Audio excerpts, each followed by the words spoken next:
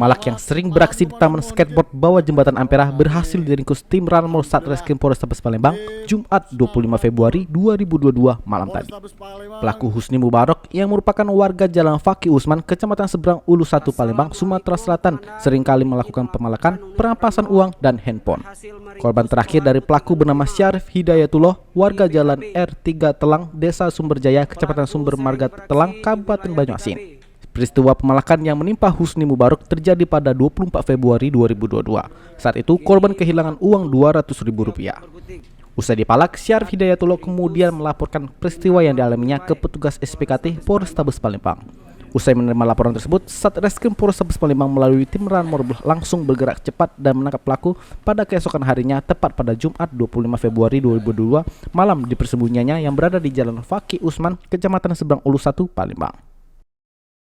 Betul sekali, kami alhamdulillah Satreskrim Polrestabes Palembang khususnya unit opsional Ranmor tadi malam berhasil mengamankan satu orang laki-laki.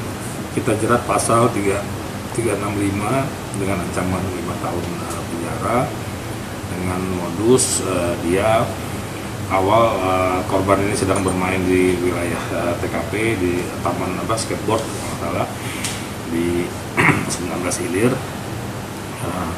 HP-nya langsung tiba-tiba dia rampas oleh pelaku. Dan pada saat korban ingin meminta HP-nya kembali, dia bilang minta uang dulu baru diserahkan HP.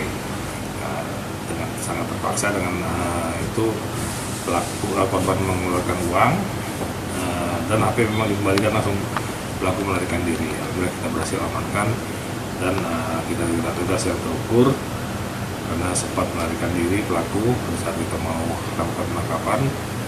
Saat ini sedang ada proses untuk mendalami apakah dia ini sering. Kalau untuk kita cek memang bukan residivis ya dari pelaku tersebut, tapi kita akan dalami lagi apakah ada dia melakukan di TKP seputaran lokasi yang lain. Selamat malam Komandan, mohon izin menyampaikan bahwa saat ini alhamdulillah